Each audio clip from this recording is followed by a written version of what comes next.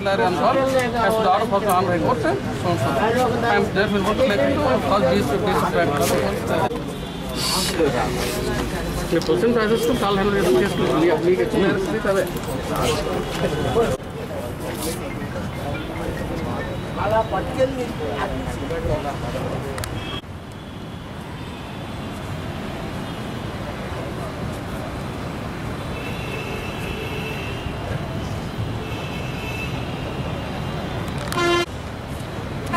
Side ఈనెస్ కూడా పెట్టాడు మెసేజ్.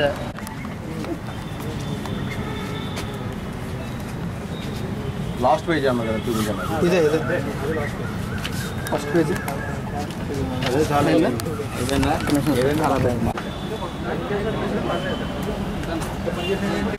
అది ఆయన చేస్తారంటే ఫైనల్గా ప్రాపర్టీ సీజ్ చేసి తాళాలని మరో హ్యాండ్ ఓవర్ ఇస్తారు. సో మరొక వస్తుంది ప్రాపర్టీ వాళ్ళ పోస్టులు హెర్సల్ లేదు. ఇప్పుడు ఫైనల్ ఆర్డర్ పాస్ చేసి మీ ఏపీ హ్యాండ్ ఓవర్ చేస్తాం పాల్ గారు దానివల్ల హైకోర్టు ఇస్తారు. అది డిస్మిస్ అయిపోయింది. నన్ను మాట్లాడమంటారా? డిస్మిస్ అయిపోయింది. రావాలా అందరూ చెప్పండి పర్లేదు. అందరు రావాలా అందరూ చెప్పండి పర్లేదు. తహసీల్దార్కి ఇంటర్ను నాకు నేను అర్థం అయ్యాను సార్. ఇంటర్ను ఈ ప్రాపర్టీని ఈ పార్టీకి హ్యాండ్ ఓవర్ చేయడానికి వచ్చాం సార్. వీళ్ళు కేసు నుంచి పెండింగ్లో అనుకున్న హైకోర్టులో పెండింగ్ ఉంది. అది ఇప్పుడు డిస్మిస్ చేసి ఆర్డీఓ వాటిని ఇంప్లిమెంట్ చేయమని ఆర్డీఓ ఇంటర్న్ తహసీల్దార్కి ఆర్డర్ ఇచ్చారండి. ఆర్డర్ ప్రకారం నేను ప్రాపర్టీ హ్యాండ్ ఓవర్ చేయడానికి ఇక్కడికి వచ్చాను సార్. వీళ్ళేంటి సుప్రీంకోర్టు ఏదో ఆర్డర్ ఇచ్చింది ఏదో చెప్పి చూపిస్తున్నారు, కానీ అది అంతవరకు కరెక్ట్. మీరు వచ్చి ఆఫీస్కి వచ్చి ఆర్డీఓ గారి దగ్గర లేకపోతే తహసీల్దార్ దగ్గర చూపించండి. దాన్ని బట్టి ఆర్డర్ అయితే ఇంప్లిమెంట్ అయితే చేయమంటే సుప్రీంకోర్టు ఇంప్లిమెంట్ చేయడానికి మేము రెడీగా ఉన్నాం సార్. అంతే సార్. అంతకు మించి ఇంకా ఏ ప్రాబ్లం అయితే ఇక్కడ క్రియేట్ చేయడం కానీ ఆర్డర్ ఏమీ లేదు సార్. వెకేట్ చేయమని చూపించమంటారు కదా అంటే ఆర్డర్ ఆనరబుల్ హైకోర్టు ఇచ్చిన ఆర్డర్ ప్రకారం అయితే వెకేట్ చేయమని మేము చెప్తున్నాం సార్ వాళ్ళకి. మరి వీళ్ళు ఇప్పుడు మమ్మల్ని అడ్డడానికి ట్రై చేస్తున్నారు సార్ వాళ్ళు. మరి ఇంకా వెకేట్ చేయమని మా తహసీల్దార్ కూడా చెప్పాం సార్. ఇది as per order high court order ఎలాగుందా ఇంప్లిమెంట్ చేయమని చెప్పారు సార్. మేము ఏంటి వెకేట్ చేసి హ్యాండ్ ఓవర్ చేయడానికి మేము రెడీగా ఉన్నాం. As per assistant of the police కూడా కొత్త వచ్చాం కాబట్టి వెకేట్ చేసి వాళ్ళ పార్టీకి హ్యాండ్ ఓవర్ చేస్తాం సార్. ఏమైనా ఏమైనా వాళ్ళ దగ్గర డాక్యుమెంట్స్ ఏమైనా ఉంటే ఆర్టీఓ కోర్టు కానీ లేకపోతే తహసీల్దార్ దగ్గర వచ్చి చూపించమని చెప్తున్నాం sir. Okay sir, thank you. 2-3 విషయాలే నేను మాట్లాడతాను. వీళ్ళు ఈరోజు వచ్చి పొజిషన్ తీసుకున్నారు. హైకోర్టు ఆర్డర్ అంటున్నారు, ఆర్డీఓ ఆర్డర్ అంటున్నారు.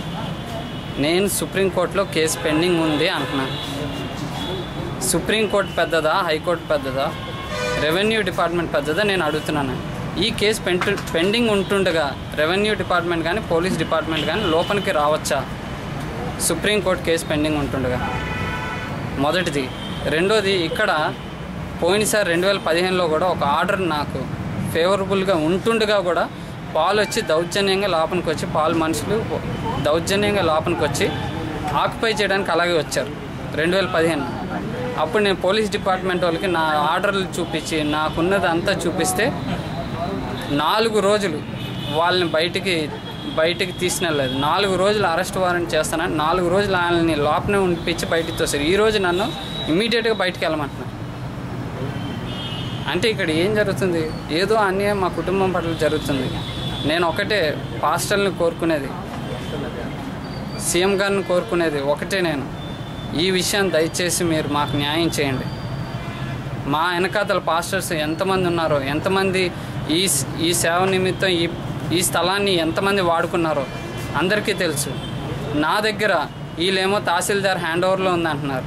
నా దగ్గర పోలీస్ డిపార్ట్మెంటు అప్రూవ్ చేసి అఫీషియల్గా ఇక్కడ మీటింగ్ జరగచ్చు అని చెప్పి నాకు యాక్సెప్ట్ చేసిన లెటర్స్ కూడా నా దగ్గర ఉన్నాయి. ఎన్నో మీటింగ్స్ పోలీస్ పర్మిషన్స్ ఇచ్చిన ఉన్నాయి. 2015 నుంచి ఎన్నో మీటింగ్స్ పోలీస్ పర్మిషన్ ఇస్తుండగా తహసీల్దార్ సీజ్ ఉందని ఎలా చెప్తారు వాళ్ళు? అంటే ఇక్కడ పోలీస్ డిపార్ట్మెంటే నాకు ఇచ్చింది. 2015 నుంచి ఇక్కడ మీటింగ్స్ అవుతున్నాయని మొత్తం విశాఖపట్నం క్రిస్టియన్ అసోసియేషన్ ప్రతి ఒక్కరికి తెలుసు. ఇందులో 10,000 మంది జనాలు వచ్చి మీటింగ్స్ అటెండ్ అవుతున్న ప్రతి ఒక్కరికి తెలుసు. ఇందులో నాకు అన్యాయం జరుగుతుంది. రెవెన్యూ సీజ్ ఉందని చెప్పి అబద్ధాలు ఆడుతున్నారు, ఆర్డీఓ సీజ్ ఉందని అబద్ధాలు ఆడుతున్నారు. ఏ సీజు 2015 నుంచి లేదు. చాలా పీస్ఫుల్గా ఇక్కడ క్రిస్టియన్ మీటింగ్స్ జరుగుతున్నాయి.